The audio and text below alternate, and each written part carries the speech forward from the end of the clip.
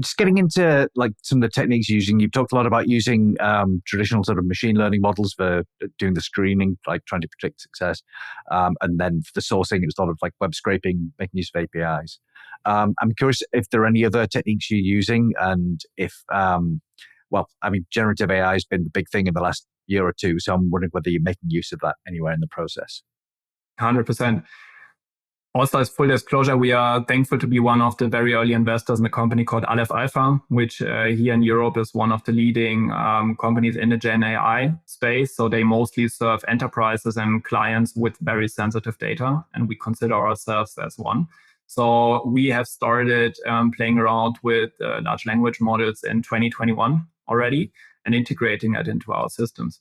To give you a feeling on how we use it, I'm happy to share some use cases. So number one is, within our team, we also have sector expertise. So me personally, I'm looking into enterprise software, AI, developer tools, data tools, and so on. And we have like a huge matrix of responsibilities within our team.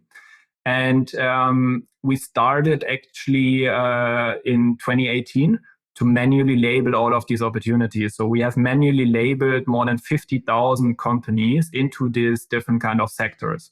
And then we build a manual classification model back then, which did not properly work, to be frank. And today you can use large language models and you can classify at like 98% accuracy the different kind of industries. So we use large language models to classify the industries, we classify the business model and so on, just based on the semantic description of the company. Then another use case is we vectorize the description. So we also scrape the company websites, public register registrations, and all of this stuff. We vectorize that together, and then with these vector embeddings, we look for similar companies. So we can automate what I described earlier, the competitive landscape mapping, which back then was days and weeks of research, going through all of these databases, looking for similar companies, like from left and right, trying different angles to find them. Today, we can do that by a click of a button. So for all of the companies in our system, we have already automatically created a competitive landscape based on the vector embeddings of the descriptions of the respective companies. So we always know live what these companies look like. And then we have also the enrichment data, like who are the investors, what's their funding, what is the news mentions, who are clients, what is the headcount, and all of this stuff.